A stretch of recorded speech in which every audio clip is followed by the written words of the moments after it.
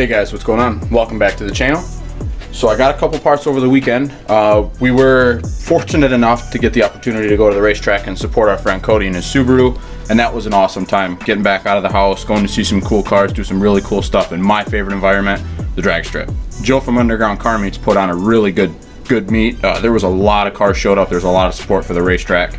So I'm really looking forward to seeing what kind of events they put on up here. I did hear that he's talking about doing a radial race. So if I can get this car together and ready, I would definitely take it down on radials because we already got them. So we'd be ready to go. Car will be light enough. I can't imagine it'd be too stressful on it with the 26-inch tires being as light as the car is going to be. So going down on a radial tire might be a good time.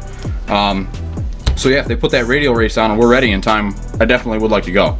That race that they put on, there was quite a few cars. It was all grudge racing. I don't know if they're going to do more class related stuff or if it is just going to be grudge racing in the lanes, and I mean either way I'm good with it. So unfortunately we had to leave the racetrack early because Cody did blow a brake line, got it fixed up, got him back home. And then Sunday I was out here and I didn't get a chance to work on the cars at all, but I did a lot of cleaning. I took a bunch of parts off the shelf. The toolbox was getting full of stuff. I had to reorganize everything. I had a bunch of stuff that I got rid of, so I got a bunch of space now that I can work with. So thank God for that, because I'm gonna need it. Because what we're gonna do here in a few days is we're gonna end up pulling the cylinder head off this engine and this engine finally. And the reason that's getting pushed back is I was gonna do that, I was actually gonna do that yesterday. And then when I punched out of work, I was like, you know what, I kind of feel like I'd take a day to relax here, hang out with the wife and, you know, watch Grand Tour or something. So we did, and we watched a couple episodes of Grand Tour, ate dinner, and kind of just hung out for the rest of the night. But today, I did get the heater hose, the push lock fittings, push lock line, and some other miscellaneous shops. We got an air filter for the caliper, so I stuck that air filter on the caliper quick, and then came out here, kind of moved a couple things around, put parts in places where I'm going to use them, got everything kind of cleaned up and ready for what we're going to do today. So because we did get the bulkhead fittings yesterday for the staging brake, we're going to work on getting all the lines done, at least through the car and to the back lines. And then I'm going to get the front end up, and then we're going to get the tires off, and I'm going to set those calipers on, and we're going to start grinding on them today.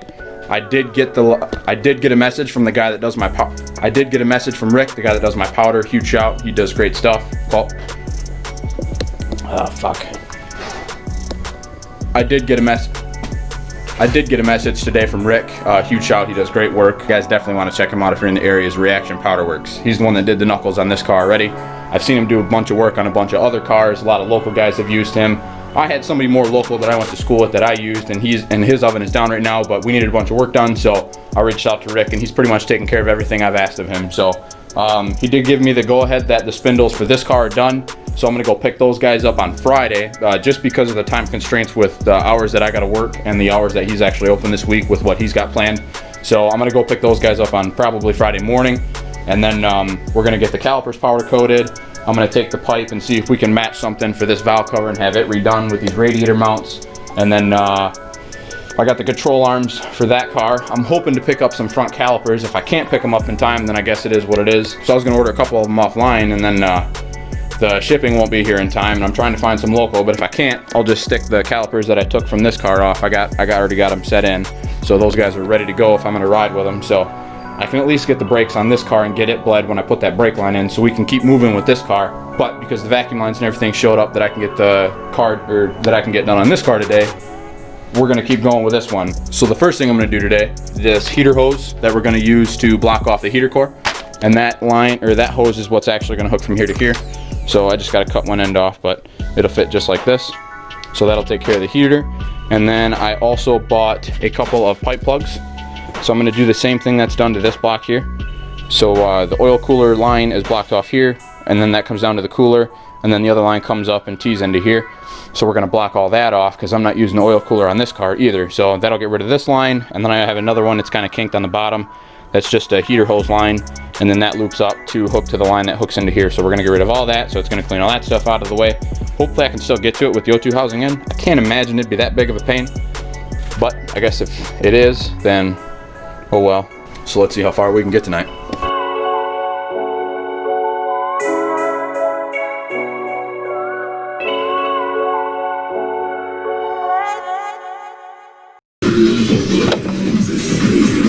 Alright, so we know we fit. And now I see that line kind of puts it in the way for that oil cooler line. So now we're gonna try and get those oil cooler lines out of here and start moving forward with that.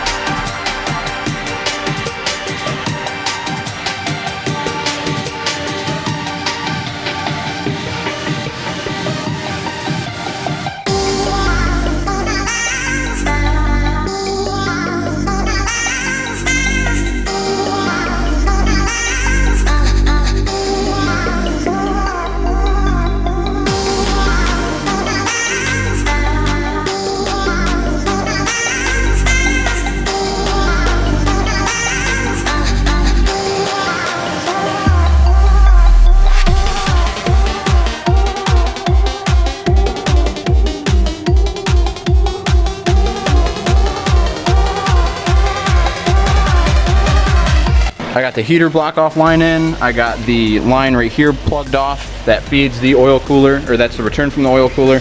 And then I also have the feed line plugged off on the block itself. So I already took and I cut down a piece of metal and I made a bracket and I made sure everything was gonna fit good. So I'm gonna go ahead and I'm gonna post a picture right here above us real quick and you guys will see how that fits. But I got this ready to go, so now I'm gonna try and set it in the car and then see if I can run some zip screws in it real quick, get it mounted, and then get underneath and get the lines cut off and then see if I get them flared quick. Because I do have, it's not tight yet, but I do have the bulkhead in that side going through the firewall. And then we got it all hooked up here. So all I have to do at this point is unhook the line, plug these guys in right away, and then once this is in, then fluid will be able to dump out of the back of the car. So it'll naturally just bleed itself if it's going to be an issue for me. So I didn't want to leave it open so brake fluid would drip out of the front and get all over the powder coated stuff that I have, or I didn't want to build a pool of brake fluid inside the car. So we're going to go ahead and get all this stuff tightened down real quick, get this plate tucked in, and then see if I can get these lines swapped over at the booster.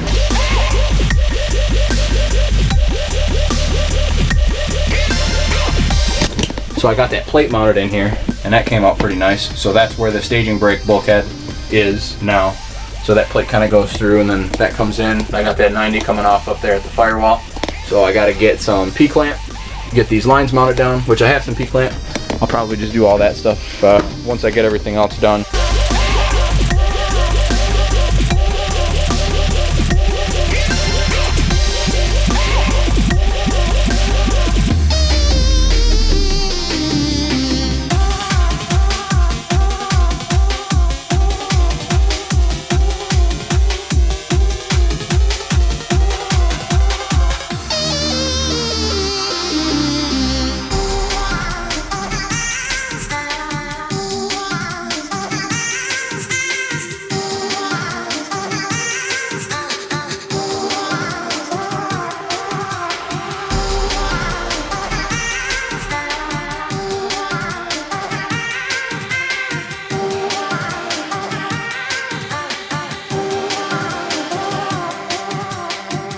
I was trying to hook up the staging brake, and apparently the fittings that I have are the wrong thread. So these are more of a coarse thread compared to what I need to thread into the proportioning valve here.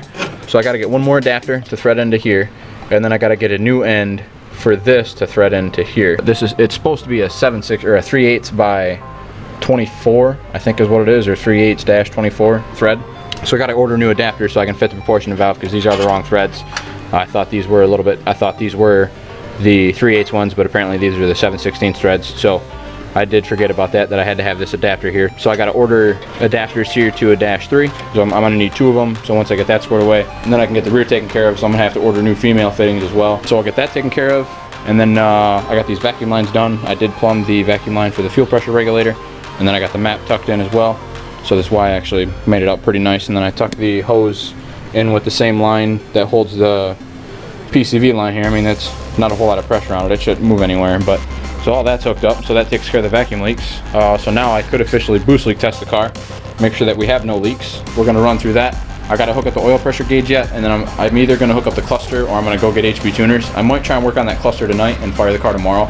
That way, if I do run into an issue, I'll have time tomorrow to diagnose it. That way I'm not trying to rush or anything here. So let me get to that point and we'll see what we can do tomorrow.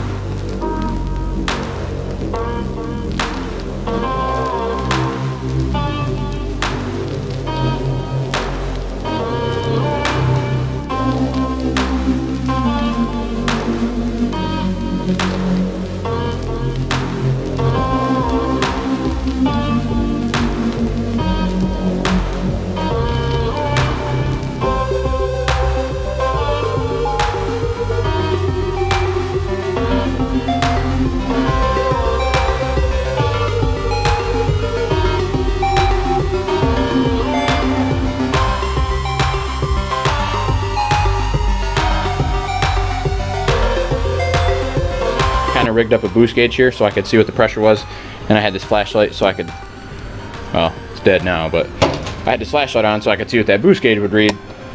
And we boost leak tested the car up to about 25 pounds. I did find a leak down there, so I had to double clamp it because I put one on and I tightened it up and it wasn't enough, so I put another one on top of it, kind of set it off to the side and ran that guy down, and it took care of that leak. So no more leak there. Didn't have any leaks anywhere else actually. I was kind of impressed with, but I also never took this side off after we ran the last time, so it's always good to know that there's no leaks there. So now what I got to do to start it is I got to see if I'm missing that O-ring on the inlet to the fuel pump there. If I am, replace it if it's cut or whatever it's going to take. That way I can put some fuel in it and not worry about it leaking and causing a fire or anything if something was to happen.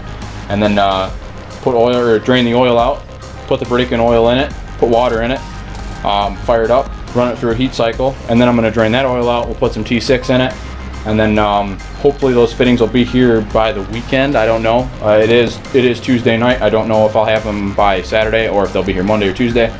Whatever that is, then I can finish the brakes.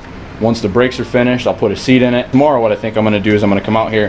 We're going to try and get that cluster mounted, and then I'm going to get the cluster mounted, see if I can wire in a couple gauges so I can see oil and fuel pressure, and then maybe even power up the wideband, see if that'll come on for us. I did get the grommets so that hole over there is for the AC drain. I'm going to run the wideband wire inside of that. And luckily enough, that's going to work out because the downpipe that I had gotten used, the bungs were on the passenger side of the car. So I can block one of them off, and then I'm just going to use the wideband to send the other one up, and that'll come in on the passenger side. And then I'll just use that 3-foot cable I got, and we'll kind of run it over. So I'll see if I can kind of halfway mount a wideband oil pressure and fuel pressure gauge along with the cluster.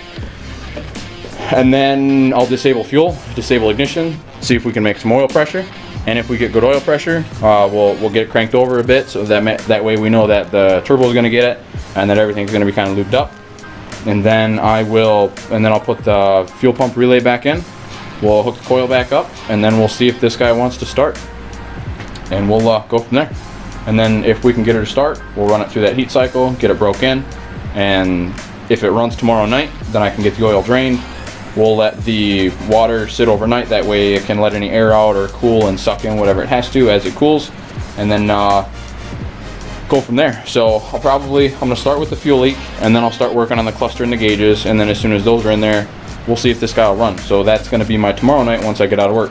So we're making progress, and then if we can get her to run, I will spend Thursday getting these calipers ground down, get those guys ready for powder coat, and when I go pick up my parts Friday morning, I can drop the calipers off, drop the control arms off for this car, hopefully a pair of calipers for the blue car, and then wait on that stuff to get done and start working on the rest. See if we can get some braking miles on the white car here, and then start moving forward with it. As soon as we get those braking miles, we're looking for a dyno. As soon as we get the dyno, we're looking for a track. I think we're going to try, and we're going to do some 8th mile stuff, and then once we know that the 8th mile is solid, we might try and go for a money pass and see if we can run a number. But we'll play that by ear and see what happens. So we're going to wrap this one up for the night, guys. I got to clean up my tools and stuff. It is getting a little bit later. Get inside, get washed up, kind of crash, wake up, work tomorrow, and then try and come back out here and get some more work done on the car. So thanks for checking us out today, guys. I definitely appreciate the views and the comments and the likes. If you like what you've seen, give this video a like. Check out our Facebook, check out our Instagram. Give us a subscribe, give us a follow. You have yourself a good one. Stay safe, stay clean, and we will see you at the track. Thanks.